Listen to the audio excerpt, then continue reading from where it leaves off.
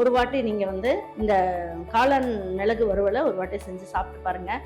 நீங்கள் வந்து chicken mutton சாப்பிட்றவங்களா இருந்தால் கூட சிக்கன் மட்டனை விட்டுட்டு இந்த காளான் கிரேவியை சாப்பிட வந்துடுவீங்க. அந்த அளவுக்கு டேஸ்ட் வந்து வேற லெவலில் இருக்கும். காளான் வச்சுட்டு ஒரு மிளகு கிரேவி தான் செய்ய போகிறோம். இது வந்து பார்த்திங்கன்னா சப்பாத்திக்கு, பூரிக்கு, சாதத்துக்கு வச்சு சாப்பிட்லாம். இன்னும் நல்லா ட்ரையாக வச்சுக்கிட்டோம் அப்படின்னா நல்லா உங்களுக்கு வந்து சைட் டிஷ்ஷாகவும் வச்சு சாப்பிட்லாம். ரொம்ப அட்டகாசமாக இருக்கும். வாங்க இது எப்படி ஈஸியாக நல்ல டேஸ்ட்டாக எல்லாருக்கும் பிடிச்ச மாதிரி எப்படி செய்யலாம் அப்படிங்கிறத வீடியோக்குள்ளே போய் பார்க்கலாம். ஒரு பேக்கெட் அளவுக்கு காளான் எடுத்திருக்கேன். அதுக்கு நான் என்ன பண்ணியிருக்கேன், டேபிள் ஸ்பூனில் 1.25 ஸ்பூன் அளவுக்கு மிளகு எடுத்திருக்கேன், 1/4 ஸ்பூன் அளவுக்கு ஜீரகம் எடுத்திருக்கேன், 1/2 ஸ்பூன் அளவுக்கு சோம்பு எடுத்திருக்கேன், ஒரே ஒரு ஏலக்காய், கல்பாசி இந்த மாதிரி சின்ன பீஸாக எடுத்துக்கோங்க, 2 கிராம்பு, 2 பட்டை, இஞ்சி வந்து இந்த மாதிரி சைஸில் ஒரு இஞ்சி எடுத்துக்கோங்க. அதுக்கப்புறம் இதில் வந்து ஒரு 7 பல் பூண்டு எடுத்துக்குவோம், இதையும் சேர்த்துக்கலாம். 2 சில்லு தேங்காயை இந்த மாதிரி கட் பண்ணி எடுத்து வச்சுருக்கேன், இதையும் சேர்த்துக்கலாம். இதுலேயே சின்ன வெங்காயம் நல்ல ஒரு 10லேருந்து 12 சின்ன வெங்காயம் இதையும் சேர்த்துக்குவோம். சேர்த்துட்டு இதிலே கொஞ்சமாக கொத்தமல்லி இலையும் சேர்த்துக்குங்க, இதிலே கொஞ்சமாக கருவேப்பிலையும் சேர்த்துக்குங்க. பாருங்கள், இதுக்கு ஒரு புளிப்பு டேஸ்ட் வர்றதுக்காக, புளிப்பு டேஸ்ட்டுன்னா கிரேவி கொஞ்சம் நல்லா வர்றதுக்காக நம்ம இந்த தக்காளியை சேர்த்துக்கிறோம். இப்போ இது எல்லாமே நம்ம என்ன பண்ணலாம், பல்ஸில் போட்டுட்டு தக்காளி வெங்காயத்தோட இந்த ஈரப்பதத்திலே நம்ம அரைச்சி எடுத்துகிட்டு வந்துடலாம். பாருங்க, காளான் மிளகு குழம்புக்கு நம்ம வந்து என்ன பண்ணலாம், 1 ஸ்பூன் அளவுக்கு நெய் சேர்த்துக்கலாம். நெய் சேர்க்கும் போது ரொம்ப நல்லாயிருக்கும், டேஸ்ட் வந்து சூப்பராக இருக்கும். இதுலேயே வந்து ஒரு டேபிள் ஸ்பூன் அளவுக்கு நல்லெண்ணெய் இல்லை கடலெண்ணெய் எது வேணாலும் சேர்த்துக்குங்க. பாருங்க, இந்த மிளகு வறுவலுக்கு நம்ம வந்து என்ன பண்ணலாம், ஒரு 1/4 ஸ்பூனோட கம்மியாக கடுகு சேர்த்துக்குவோம், ஜீரகம் 2 பிஞ்ச் அளவுக்கு சேர்த்துக்குவோம், மிளகு ஒரு 10 மிளகு சேர்த்துக்கலாம். இதுலேயே நம்ம வந்து என்ன பண்ணுவோம், ஒரே ஒரு கிராம்பு சேர்த்துக்குங்க, பட்டையில் ஒரு சின்ன பீஸ் அளவுக்கு சேர்த்துக்கலாம், வேறு எதுவும் போடணும்னு அவசியம் இல்லை. கருவேப்பிலை கொஞ்சமாக ஒரு இனுக்கு அளவுக்கு போட்டுக்கோங்க. போட்டுட்டு நல்ல ஒரு 200 கிராம் அளவுக்கு சின்ன வெங்காயம் கட் பண்ணி வச்சுருக்கேன், இதையும் சேர்த்துக்கோங்க.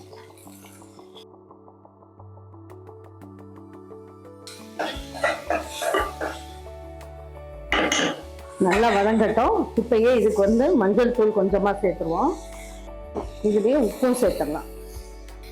போட்டு வெங்காயம் வந்து நல்லா சுருள நல்லா வதங்கிடட்டும்.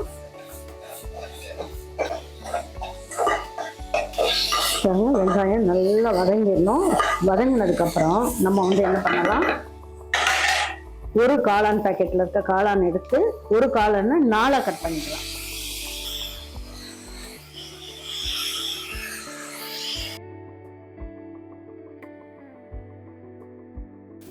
இந்த வெங்காயம் காளான் எல்லாம் வதங்கும் போது இந்த காளான்ல இருந்தே உங்களுக்கு வந்து தண்ணி விட்டு வரும். நல்லா இந்த மாதிரி வதக்கி எடுத்துக்குங்க.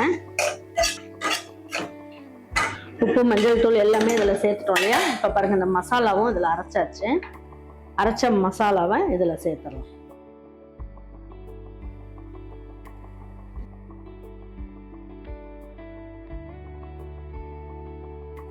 பாருங்க, இப்போ இதோட பச்சை வாசம் போக நல்லா இந்த மாதிரி வதக்கி விட்டாச்சு. இப்போ பச்சை வாசம் போயிருக்கும். இப்போ இந்த மசாலெலாம் அரைச்சதெல்லாம் ஒட்டியிருக்கு பார்த்தீங்களா, அதெல்லாம் கொஞ்சம் தண்ணி ஊற்றிடலாம்.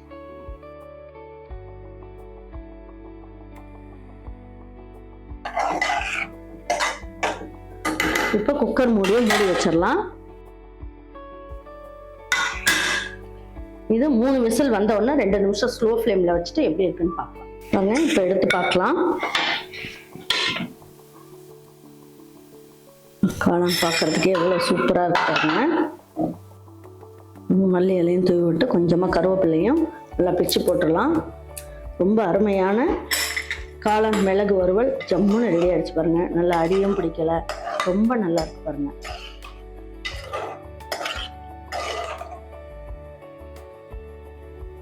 இந்த மிளகு கிரேவியை நீங்கள் சாதத்தில் போட்டு கூட பிணைஞ்சு சாப்பிட்டுட்டு ரசம் ஊற்றி சாப்பிட்டுட்டோம், அதுக்கப்புறம் தயிரோட சைட் டிஷ்ஷாக வச்சு சாப்பிட்றதுக்கு ரொம்ப நல்லாயிருக்கும். அதுக்கப்புறம் சப்பாத்திக்கு, பூரிக்கு எல்லாருக்குமே ரொம்ப நல்லாயிருக்கும், நல்ல டேஸ்ட்டாக இருக்கும். இதில் நம்ம பச்சை மிளகாயெல்லாம் எதுவுமே சேர்க்காமல் செஞ்சுருக்கனால மிளகோட காரம் தான். இதில் அல்சர் பிரச்சனையெல்லாம் எதுவுமே வராது, ரொம்ப நல்லாயிருக்கும். கண்டிப்பாக சிக்கன் மட்டன் சாப்பிடாதவங்களா இருந்தால் நீங்கள் ஒரு வாட்டி நீங்கள் வந்து இந்த காளான் மிளகு வறுவலை ஒரு வாட்டி செஞ்சு சாப்பிட்டு பாருங்கள். நீங்கள் வந்து சிக்கன் மட்டன் சாப்பிட்றவங்களா இருந்தால் கூட சிக்கன் மட்டனை விட்டுட்டு இந்த காளான் கிரேவியை சாப்பிட வந்துடுவீங்க. அந்த அளவுக்கு டேஸ்ட் வந்து வேற லெவலில் இருக்கும். கண்டிப்பாக நீங்கள் ட்ரை பண்ணி பாருங்கள். ட்ரை பண்ணி பார்த்துட்டு உங்கள் வீட்டில் இருக்கவங்களுக்கு பிடிச்சிருந்ததுன்னா லைக் பண்ணுங்கள், ஷேர் பண்ணுங்கள், சப்ஸ்கிரைப் பண்ணுங்கள், மறந்துடாமல் கமெண்ட்ஸ் பண்ணுங்கள். தேங்க்யூ ஃபார் வாட்சிங் ஈரோடு அம்மாச்சி சமையல். தேங்க்யூ.